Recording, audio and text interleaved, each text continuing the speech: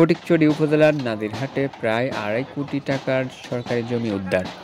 আজ ফটিকছড়ি উপজেলার নাদিরহাট পৌরসভার জংকার মোড় সংলগ্ন পূর্ব ফারহাদাবাদ মৌজার বিএস ১ নং খাস খতিয়ানভুক্ত ১০,০১৯ নং দাগের ৮ শতক জমি উদ্ধার করে উপজেলা প্রশাসন।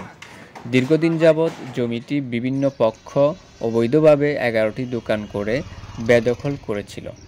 উপজেলা নির্বাহী অফিসার জনাব মোহাম্মদ মোজাম্মেল হক চৌধুরীর নজরে আসলে উচ্ছেদের উদ্যোগ নিয়ে তাদের পর্যাপ্ত সময় দিয়ে নোটিশ করে। আজ উপজেলা নির্বাহী অফিসার জনাব মোহাম্মদ মোজাম্মেল হক চৌধুরীর নেতৃত্বে উচ্ছেদের টিম পৌঁছানোর আগেই প্রায় ৮০% স্থাপনা দখলকারীরা সরিয়ে নেন।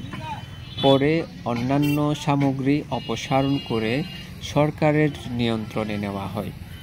জমির আনুমানিক মূল্য প্রায় ২.৫ কোটি টাকা।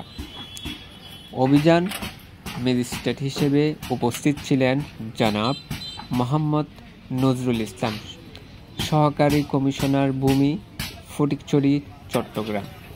এছাড়া নাদিরহাট ইউনিয়ন ভূমি অফিস এর ভূমি সহকারী কর্মকর্তা জনাব মুক্তার হোসেন সহ আইন শৃঙ্খলা রক্ষার উপস্থিত ছিল আনসার সদস্যরা।